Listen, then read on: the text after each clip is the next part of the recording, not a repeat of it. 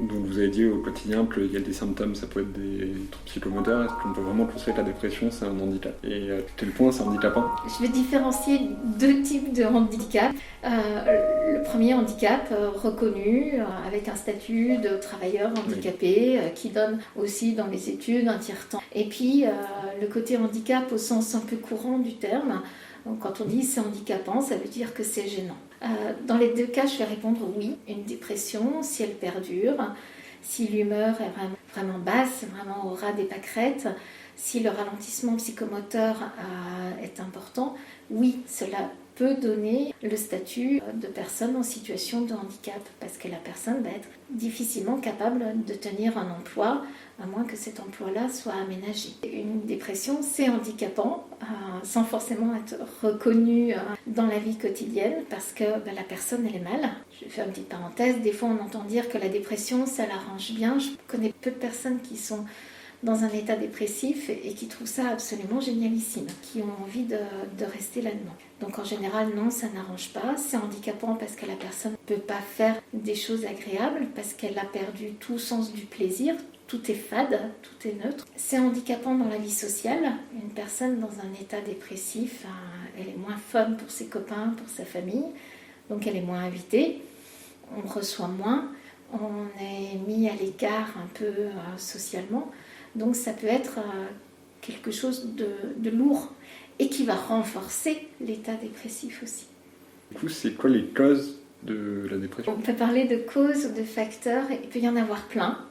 En général, il n'y en a pas qu'un, parce qu'en psychologie, il y a rarement qu'une cause à un état psychologique. Il peut y avoir des facteurs tout simplement biologiques. On sait que les femmes ont plus de probabilité de faire une dépression que les hommes, ne serait-ce que par nos hormones. Ça bouge, ça monte, ça descend, ça va dans tous les sens. Il peut y avoir aussi une part génétique. Une personne dont les parents ont fait une dépression a 2 à 4 fois plus de probabilité de faire une dépression elle-même. Il peut y avoir des facteurs neurobiologiques et puis il peut y avoir tous les événements liés à la vie de la personne, alors à la fois son enfance, son adolescence et puis ce qu'elle peut vivre là dans sa vie actuelle, des deuils, des séparations, une perte d'emploi, la situation actuelle comme on voit avec le Covid, de l'isolement social, un choc émotionnel. On voit aussi des dépressions liées à de la douleur chronique, la personne n'en peut plus d'avoir mal physiquement au point que ça atteigne au niveau mental. D'autres facteurs peuvent aussi générer des dépressions, la consommation de substances, je pense notamment à l'alcool sur du long terme. C'est pas exhaustif là ce que je viens de vous lister, mais vous avez les grandes causes. Et du coup, une dépression, j'imagine qu'on peut se soigner. Il y a plusieurs manières pour se sortir d'une dépression. Alors, comme beaucoup de personnes font en France, on peut prendre des médicaments, des antidépresseurs, souvent associés à des anxiolytiques. Il y a une comorbidité, c'est un terme qui est devenu à la mode, on l'entend. Donc, comorbidité, c'est le fait d'avoir plusieurs pathologies en même temps. Il y a une comorbidité fréquente entre la dépression et l'anxiété, c'est pour ça qu'il y a souvent des anxiolytiques associés à des antidépresseurs. Et puis aussi, on peut faire une psychothérapie, donc c'est un travail sur soi, d'introspection, accompagné par un psychologue, qui va viser à faire comprendre les liens entre notre vécu, alors soit actuel, soit passé, soit les deux à la fois, et notre situation présente. On travaille sur la vision du monde, la vision de soi dans le monde, pour pouvoir modifier ses perceptions par rapport à ces événements-là et voir les choses de manière plus positive, plus confortable pour la personne. Est-ce que vous avez connaissance de comorbidités ça pourrait être par exemple d'autres maladies, par exemple je pense aux neurodiversités, est-ce que ça peut être lié, est-ce qu'une neurodiversité peut entraîner une dépression? Je vais vous demander de définir neurodiversité. Je pense différemment, par exemple ça peut être la dyslexie, ça peut être l'autisme, ça peut être les troubles de l'attention. Alors, je ne m'avancerai pas sur le fait que ça puisse être une cause. Par contre, que la personne puisse mal vivre ses différences, ne puisse pas faire ce qu'elle a envie de faire, ça peut altérer effectivement son humeur au point de mener à une dépression. J'ai par exemple l'impression qu'on retrouve ce que vous avez dit précédemment, le fait de se sentir culpabilisé par le reste de la société. J'ai l'impression que c'est des choses qu'on retrouve souvent. Ça peut. effectivement. On est dans une société qui valorise la réussite, qui est plutôt compétitive. Eh bien, si on est porteur d'un handicap, cette compétition devient plus dure à mener et on peut se sentir à l'écart. On sait que le fait de se sentir à l'écart des groupes, eh bien, ça provoque un inconfort psychique. Est-ce que vous diriez que la dépression, c'est une maladie ? Oui, c'est une maladie psychique. La dépression est répertoriée dans le manuel statistique et diagnostic des pathologies mentales.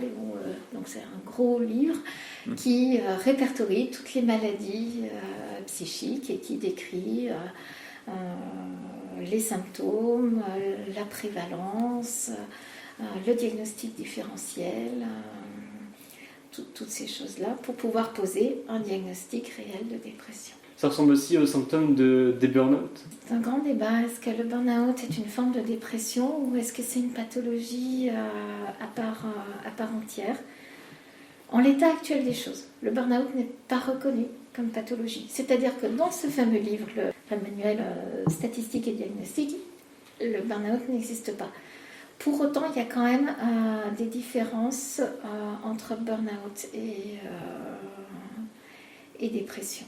Est-ce qu'il y a des typologies de dépression ? J'imagine que chaque personne fait une dépression différemment. Mais... Alors, quand on parle diagnostic, il y a différents types de dépression. Il y a ce que l'on appelle le trouble dépressif majeur, qui est une dépression accentuée. On parle aussi de dépression saisonnière, qui intervient automne-hiver, quand la lumière baisse. Voilà les grands types de dépression. Je vais rajouter pour les femmes la dépression postpartum chez les jeunes mamans, qui peut arriver aussi. J'ai vu que maintenant, dans ce contexte de coronavirus, vous donniez pas mal de rendez-vous de psychothérapie en visioconférence. Oui. Et les technologies, elles occupent un rôle dans votre métier de psychologue. Alors, pour moi, de plus en plus, effectivement, j'ai à peu près entre un tiers et la moitié de mes rendez-vous qui se font à distance depuis le premier confinement. Après, si on raisonne en termes de technologie de traitement, mais là, c'est plus le métier d'un psychologue. Il y a aussi des traitements par stimulation intracrânienne aussi. Hugo Mouze, Julien Gras, Pierre-Emmanuel Rebourg, Cécile Fraisse, dans le cadre du projet Handitech pour l'école des mines de Saint-Étienne. Musique d'intro, Miroir, deuxième mouvement, Oiseau triste de Ravel, interprété par Robert Ewan Burkle.